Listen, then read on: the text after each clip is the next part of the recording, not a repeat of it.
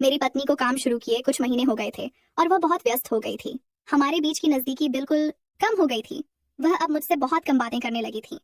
शाम को जब वह ऑफिस से आती तो बहुत थकी हुई नजर आती। उसका काम भी बढ़ गया था और अब वह मुझे पति का हक भी नहीं दे रही थी। धीरे धीरे मुझे चिड़चिड़ापन होने लगा। फिर एक दिन प्रिया अपनी ऑफिस की दोस्त अनु को घर लेकर आई। अनु खूबसूरत और जवान थी और उसे देखकर मेरी नजरें उस पर रह गईं। अनु बहुत बातूनी थी और आते ही मुझे हाय हेलो किया। प्रिया ने बताया कि अनु अगली कॉलोनी में घर देखने आई है। अनु ने वहां एक घर भाड़े पर लिया और वह अकेली ही रही थी। अनु का स्वभाव मुझे बहुत पसंद आया। उसके बाद से वह अक्सर ऑफिस के कामों के सिलसिले में घर आती रही। समय बीतने लगा और 1 महीने बाद प्रिया ने अपने ऑफिस के दोस्तों को एक पार्टी दी।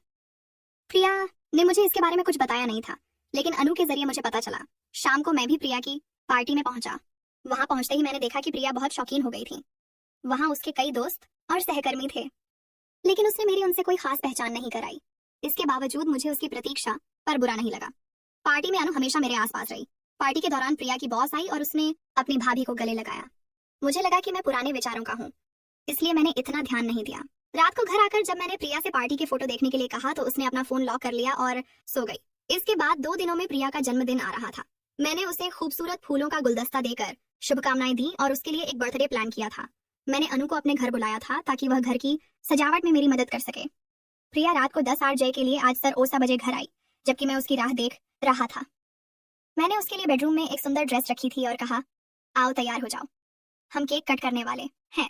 लेकिन उसने कहा, आज मैंने बहुत से केक काट लिए हैं और मैं थक गई हूँ, और वह कमरे में चली गई। कुछ देर बाद जब मैं कमरे में गया तो मैंने देखा कि वह सो गई थी।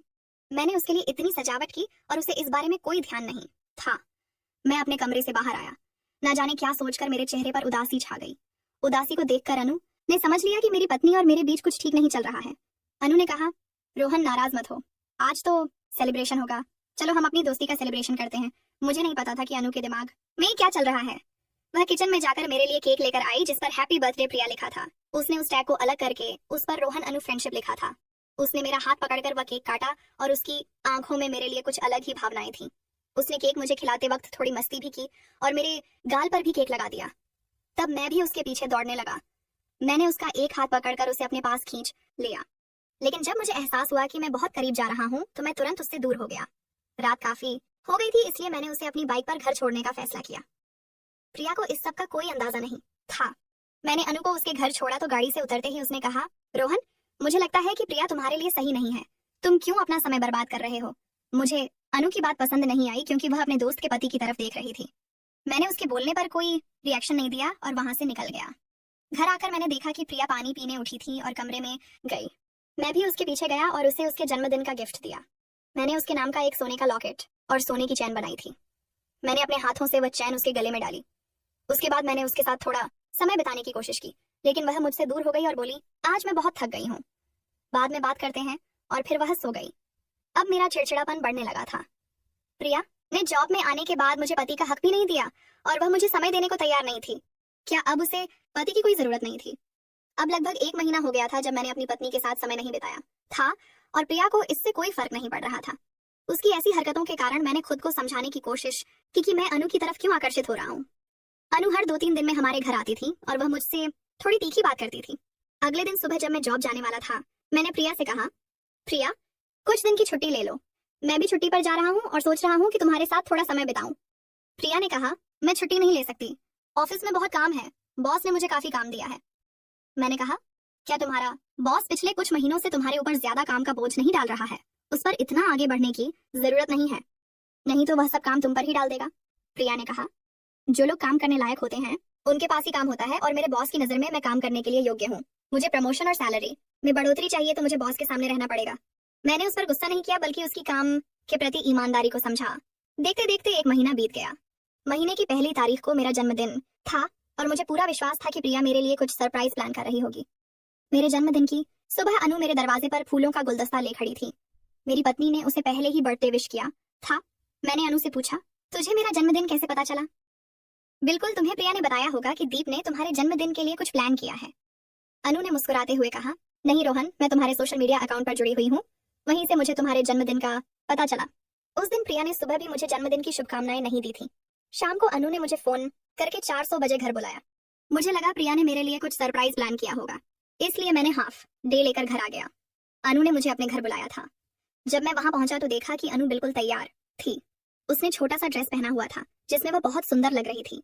जैसे ही मैं अंदर गया, मेरे ऊपर गुलाब की पंखुड़ियां बिखेर दी गई थी। मैं यह सब देखकर बहुत खुश हुआ, लेकिन जब मैंने अंदर देखा तो मुझे पता चला कि यह सब प्रिया ने नहीं बल्कि अनु ने मेरे लिए प्लान किया था। अनु ने मेरे जन्मदिन को खास बनाने के लिए काफी खर्च किया था। उसने अपने काम से छुट्टी ली थी और मेरे लिए कई अच्छे पकवान बनाए थे। मैंने उसकी मेहनत को नकारना नहीं चाहा और मुस्कुराकर उसके साथ अपना जन्मदिन मनाया। काफी देर बाद मैंने अनु से कहा कि अब मुझे घर जाना है। जैसे ही मैं निकलने वाला था, मुझे प्रिया का फोन आया। उसने कहा, आज मैं घर नहीं आ पाऊंगी, ऑफिस में बहुत काम है और रात को मैं एक दोस्त के घर रुक रही हूँ। उस समय मुझे यह साफ लग रहा था कि प्रिया को अपने पति के जन्मदिन का ध्यान नहीं था, और यह सुनकर मैं नाराज हो गया। अनु ने यह देखकर मुझे अपने बेडरूम में ले जाकर मेरा हाथ थाम लिया और कहा, रोहन, तुम प्रिया के बारे में इतना क्यों सोचते हो? वह तो काम में व्यस्त होगी। तुम्हारी दोस्त ने तुम्हारा जन्मदिन खास बनाया है तो फिर तुम क्यों नाराज हो? जब अनु ने मेरा हाथ पकड़ा तो मेरे मन में अलग अलग विचार पैदा होने लगे। अनु वाकई सुंदर लग रही थी और मैंने उसे पहले कभी उस नजर से नहीं देखा था। अनु थोड़ी देर तक बोल्ड ड्रेस में मेरे सामने घूमती रही, तभी उसका मोबाइल नीचे गिर गया। ऐसा लग रहा था जैसे उसने जानबूझकर ऐसा किया हो। वह जल्दी से झुककर उसे उठाने लगी और अपने अनावश्यक अदाओं को दिखाने लगी। मैं एक पुरुष था और जब कोई महिला इतनी प्रकट रूप से सामने आई तो स्वाभाविक रूप से नजरें उस ओर खींची जाती हैं। उस समय मैं उसे देखकर खुद को रोक नहीं पा रहा था। वह धीरे धीरे फिर से मेरे पास आ गई। मैं भी उसकी ओर आकर्षित हो रहा था। तभी मुझे अपनी समझदारी पर ध्यान आया और मैंने खुद को उससे दूर कर लिया। मैंने कहा, अनु, तुम ये क्या कर रही हो और मुझे ऐसा करने के लिए मजबूर कर रही हो? हमारे बीच यह सब नहीं हो सकता क्योंकि तुम मेरी पत्नी की दोस्त हो। मुझे अपनी पत्नी से बहुत प्यार है। अनु ने जवाब दिया, ठीक है रोहन, मैं तुम्हें किसी भी चीज के लिए नहीं कहूंगी। जब तुम चाहोगे तब तुम मुझसे बात करने आ सकते हो। अनु के शब्दों का मतलब मुझे बहुत अच्छे से समझ में आया। प्रिया ने अगले दिन घर आकर भी मुझे जन्मदिन की शुभकामनाएं नहीं दी थी। मैंने खुद ही उसे बताया, प्रिया, कल मेरा जन्मदिन था और तुमने मुझे बर्थडे विश नहीं किया। उसने जवाब दिया, हाँ, जन्मदिन था तो क्या हुआ? जन्मदिन तो हर साल आता है, उसमें क्या खास है? एक पत्नी अगर एक साल अपने पति का जन्मदिन भूल जाए तो इसमें इतना बोलने की जरूरत है? मैंने प्रिया को ऐसा कुछ नहीं कहा था जिससे वह नाराज हो जाए, फिर भी वह मुझ पर चिड़चिड़ा गई थी।